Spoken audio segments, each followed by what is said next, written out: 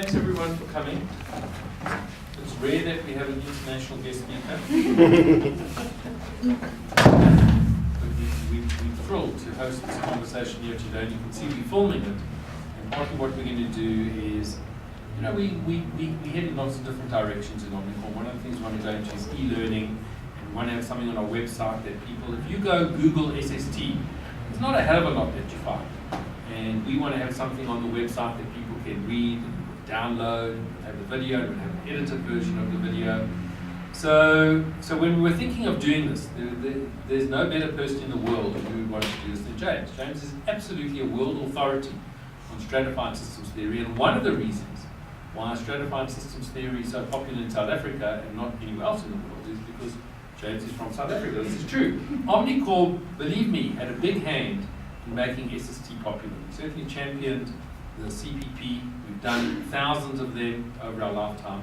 And we've really become very familiar and with the construct of SST, how it's used in industry, the way it's applied. So we're thrilled to have James to do this talk. And one of the reasons why we want to film it is really just it's a talk that we think everyone who's working in the field of levels of work and complexity should really know and be able to see James do his talk.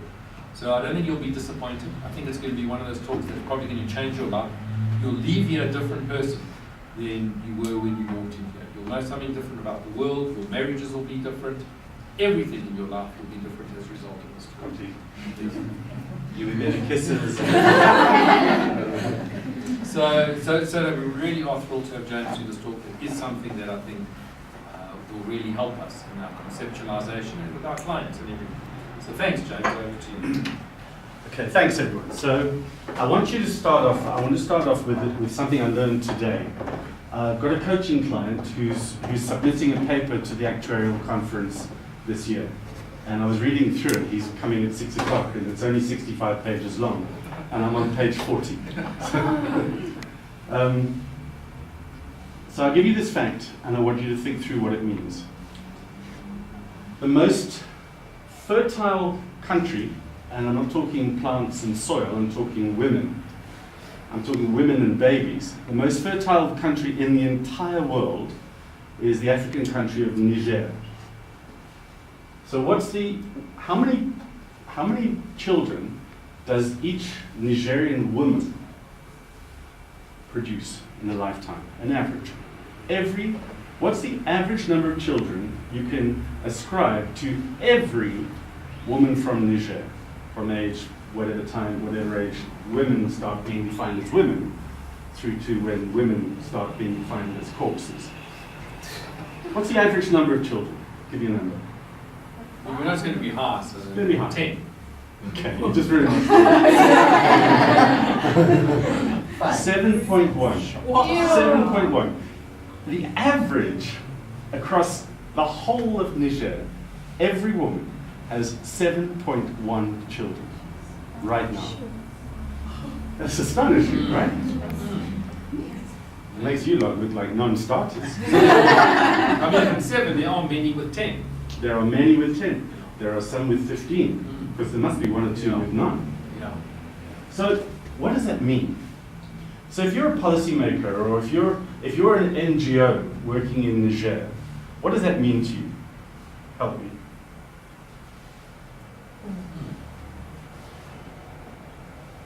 And there's no right answer. Go on, throw it at me. It's going to be a population crisis. So schooling, everything medical becomes important. When? The way that we plan for the future. What future? Absolutely critical. What future? I mean, from when all those kids start going to school, so from 5 to 30 years, 40 years. Okay. Okay. Sudi, what does it mean to you? That's great. What does it mean to you? I think similar to what Lincoln said, that one, schooling and healthcare and all that comes into perspective. It's extremely expensive because of the population is so high.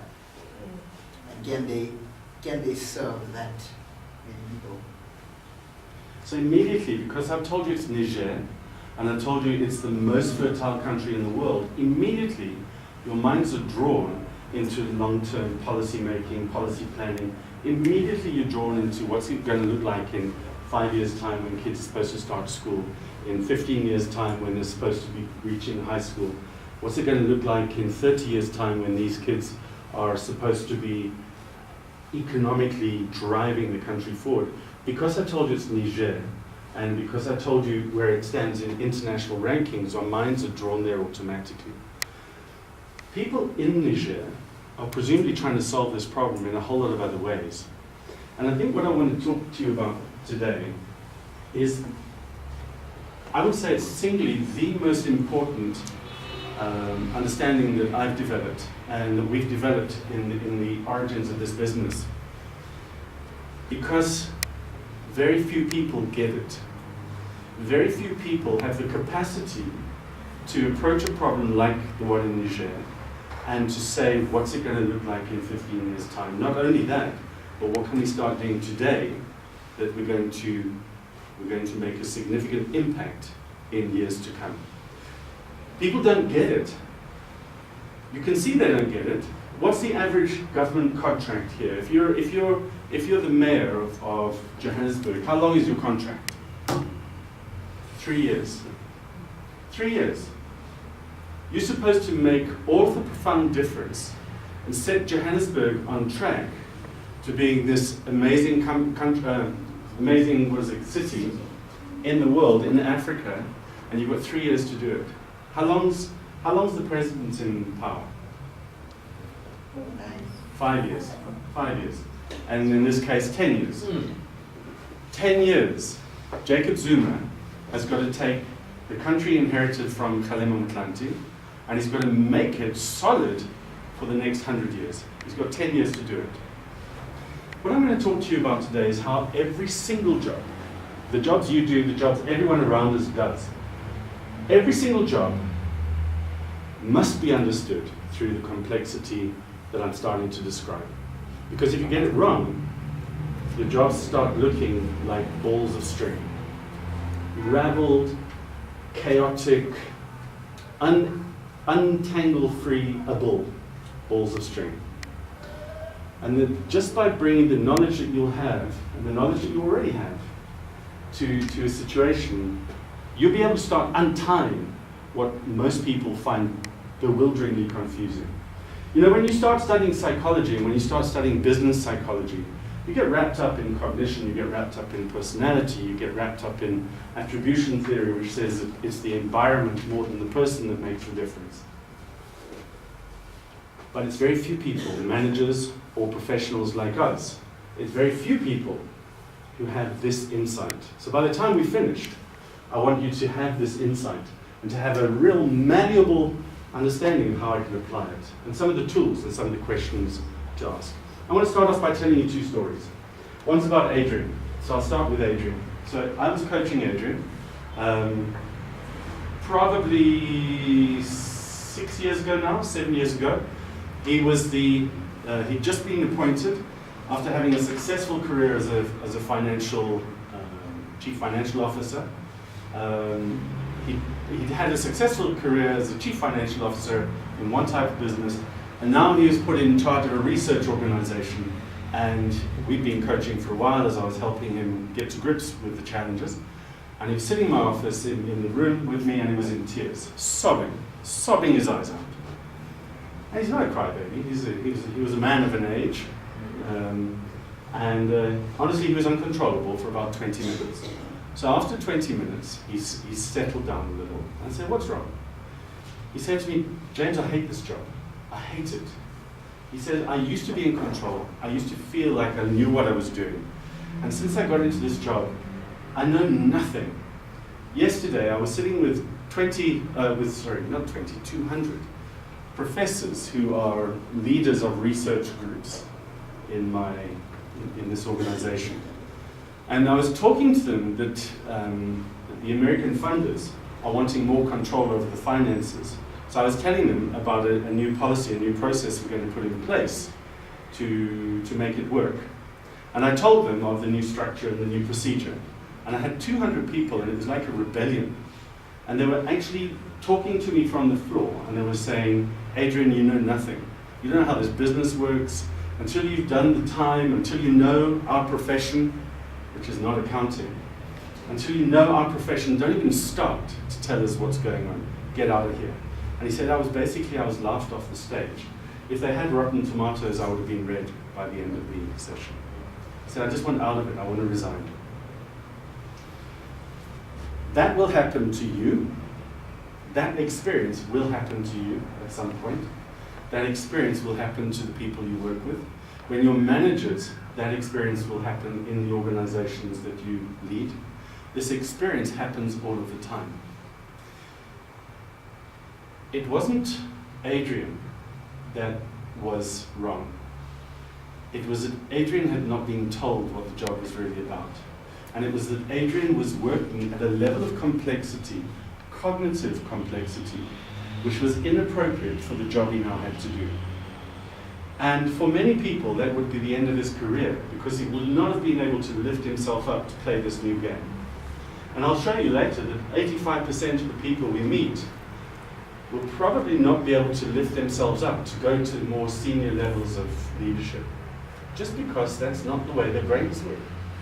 They'll be brilliant at their jobs, but not at that level, not the level of complexity that Adrian was dealing with.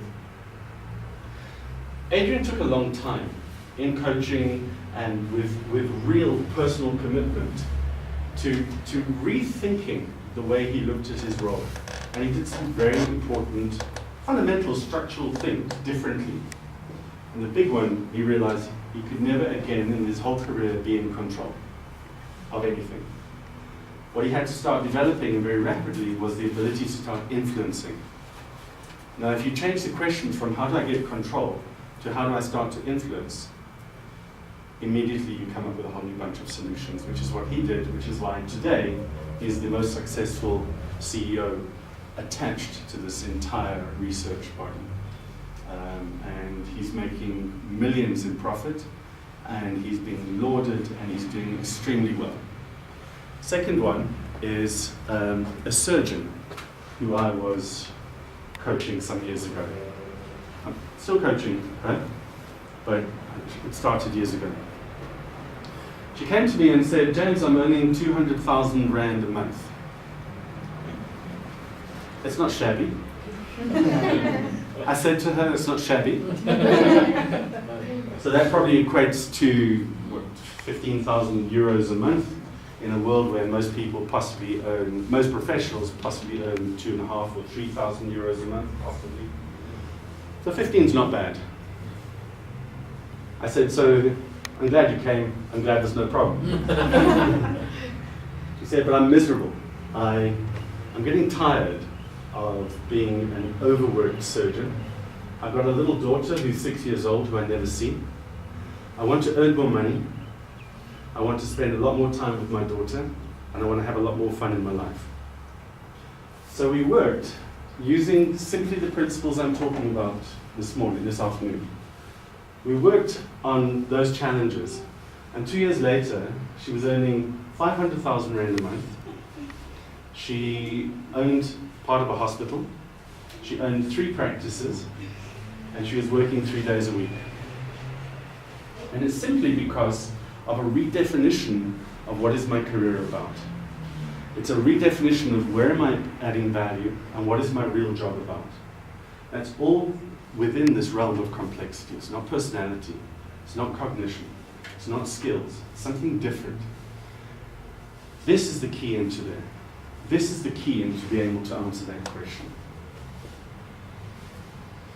So let's first of all understand this, that effective performance happens when a well-designed job is done by the right person. Let's understand that if we're working in the field of assessment or coaching or management, both of those parts of the equation, the well-designed job and the right person, they're both our responsibility. We must never get locked into one of those. So if we spend our whole lives looking for the right people, we're going to start missing the point. Because the well-designed, how do most jobs emerge? Simply by evolution. They just come through the organization. It's very rare that someone who's a real thinker in the organization will sit down and design a job. It's very rare. So that's the way into this. There are two parts to complexity. The first is complexity applies to well-designed jobs. The second is complexity is something that each one of us is dealing with. As we start off in our young professional days, we start off and our job is to learn the job. Our job in our young professional days is to do our apprenticeship. And the longer we can sit and grind out an apprenticeship, 2 years, 3 years, 4 years, 5 years, the longer we can sit and make that a reality for us, the better and the more, what's that curve? Exponential our career has the potential to be. It starts with skill, it starts with competence, it starts with apprenticeship. That's where we go. We look at the well-designed job, we'll look at the right person. So when we're talking about doing the right job, there are 3 things you need to walk out of here remembering. When you're talking about designing a job, or if you're working with a company and they're throwing a job at you that perhaps they want you to assess or coach for, train, or your brain needs to start analyzing. How well does this company understand this job? Get the time span right. Define the influence dynamics. This just goes in 2 ways. First of all, who does this person get to influence directly? And who is this person influenced by? You've really got to understand that. You've got to understand the spread that this person has in the organization. A forklift driver has a very different level of influence from the person who runs the entire macro store. And then finally, you've got to understand this 3rd thing, and this is the sexiest part. So it's easy to hold on to this one, and it's more difficult to hold on to the top 2. The 3rd part is the structure. Every job is structured, has certain built-in structure. Your chief executive sits here with no structure. His structure is, I've got to turn a profit. I've got hungry stakeholders, hungry shareholders. I've got to keep them wealthy. And if he doesn't, you must remind him that he doesn't. You have a different structure. The lady on reception has a different structure. Structure is much tighter and much more concrete. And as you get promoted, as you grow, as you mature, your structure will diminish to the point at which you can't any longer cope. Most people need structure. Most people need and desire structured roles. 85% of people will not survive in their careers if people start to steal away the structures of the roles. By structures, I mean clear mandates about what has to be done, clear mandates about how to do it, about what the standards of performance are, about what the budget is, about when it's got to be done by. Structure's critical, and it's endemic in every single role. It's at the core of complexity. Let me show you how it works. So, the biggest thinker in the area is Elliott Jaques. Jaques, a Canadian psychologist, died a short while ago. And in 1989, he wrote a book called The Requisite Organization. It's impossible to read. It's dense, it makes no sense, it's absolutely impossible to get through. Essentially what he describes are 8 levels of complexity, work complexity. He worked in large organizations, in the military, in utilities organizations, and he said this. He said, at the most basic level of an organization, at the level actually where the customer lives, you've got people whose role is about delivering quality, delivering the promise that the organization makes. In your organization, when people phone and they say, can I speak to somebody? You say yes, and you forget to take the message down and the person doesn't call them back. It's a brilliant way of losing the impact that we can make at the level of quality. I bought a suit the other day in Cape Town from a very fancy shop. I don't usually buy suits from a fancy shop. It was a lovely experience. I walk in, the guy was great, he was flamboyant, he was making me feel like a rock star. I felt gorgeous in this suit. I looked at the suit in the mirror and it didn't look as gorgeous as I felt, but then it had to be tailored, so I knew I would look gorgeous afterwards. So I came back on the day to pick it up and it wasn't ready. I also bought some shoes and he was going to get me the right polish because it's a special color, and he didn't do that. And then he was going to, he finally got the tailoring done, and I sat down to put the shoes on, and the waistline that had been taken in split and broke open. The newly sewn waistline broke open. And I had to come back on Saturday. I was supposed to be out of town by now, but I made an effort. I came back on Saturday for 1:30, and at 3 o'clock the suit wasn't there yet. So 3 o'clock the suit came back, and he wasn't there. He was on holiday. So I looked at the suit, and the waistband still was ready to tear again. And the polish wasn't there, and I was about to spend, for me, what's a lot of money on a suit, and I just said no. I got a refund, and I walked out. That store has got great fabrics, great salesmen, lousy follow-through. My entire perception of the store is built here. Now I talk publicly. So the whole infrastructure of that organization, from its chief executive who lives somewhere and buys fabrics in India and China and wherever, from that executive all the way down to the woman cleaning, it's all been sabotaged because someone here, at the level of quality, didn't fulfill. It's critical to get that right. It's a low complexity role, but it's not a status issue, because enough people cancelling their 7,000 Rand credit card payment for a suit, and the business doesn't exist anymore. So quality, this level, just let's get it right. This is critical for most businesses. One day, let's assume that my salesperson was in fact good. He was a good salesperson, he was a lousy follower through. Let's assume that he wasn't. And one day he gets made into a manager. We've all heard it, the best salesman becomes the new manager. That's a brand new job. It's a brand new role. His job description fundamentally changes then. Fundamentally changes. He's no longer responsible for delivering quality. He's now responsible for building all of those quality functions, from the cleaner, the salespeople, the admin lady, the finance woman, pulling that all together and delivering a service to this customer, to me. It's the store manager who I actually got cross with, because she hadn't pulled it all together. I was lacking the service experience. Now this is important for those of us who've got degrees, for those of us who've done doctorates in learning the trade.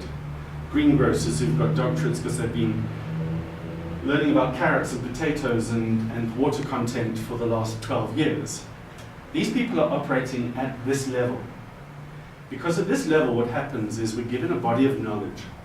Doesn't matter what you are, a lawyer, a doctor, you're given a body of knowledge, and you said, at the end of your studying, you're told, go into the world and practice this stuff. Use it. For the rest of your life, we want you to apply this body of knowledge and make sense of it, solve problems using it. So, some of the wealthiest people around, I think, are at this level. I remember the plumber who I once met, who drove a Lamborghini. I met him because he was bent over the toilet of my then girlfriend's in my then girlfriend's flat, and all you could see was these jeans halfway down and then the plumber's cleavage, and then. But I'd noticed at the bottom there was a beautiful Lamborghini parked in the flats. So he came out and filthy, and he said, "Do you mind if I take a shower?" Large guy, and so he had a shower. He got into his beautiful suit, made by possibly the same company, and got into his Lamborghini and drove off. There doesn't have to be a shortage of money or status or at this level. It's not about that. It's that people make great livings from following sets of rules. The difficulty comes when we have to break away from those rule structures and create brand new solutions to problems that 3 months ago we didn't know were going to become problems. If we're overcommitted to the rules, and if we don't understand who we can influence or what's influencing us, if we don't get the structure right, and if we can't figure out a solution to this problem that will work today, but will also work in 10 years' time, then we're starting to get into trouble. That happens here. So this is often professionals, lawyers, doctors, psychologists, psychiatrists, general practitioners are great here. They're fitting into the mold. The issue is when you start to get to a place where the old solutions don't any longer work, or many people, you've met them, you will meet them, they keep on using the same old solutions. Jaques says that this level here, this best practice level, is really the integrated role between the practical side of any organization, getting the job done, fulfilling promise, and the emerging strategic aspect of any organization, which is about figuring out what our new promises are going to be in 5-10 years' time. It's a sandwich level, it's best practice, and it's about creating systems. And it doesn't mean that because your IT guy makes systems or programs systems, it doesn't mean he's at this level. He's at this level if he's coming up on the Tuesday meeting and he's saying, I've seen this problem emerging, I want time and budget to go and build this new system. That's showing that he's starting to move into the best practice realm. Not the fact that he can program, but how he's using his brain. So when we're talking about best practice, we're talking about one of the most vulnerable layers of organizational structure. In the late 80s, there was a movement to downsize organizations and to make them profitable by restructuring them, but not using this sort of science, but looking at who's adding real value. So help me here. If I come to you and tap you on the shoulder and you're working here, and I say, what value do you add? Let's say it's a retail organization. Let's say it's the largest retail company that you can think of. You're a manager. You're head of finance. You're head of finance for a region. You're working at this level, high at this level, adding service. I tap you on the shoulder and I say to you, what value do you add? What do you answer?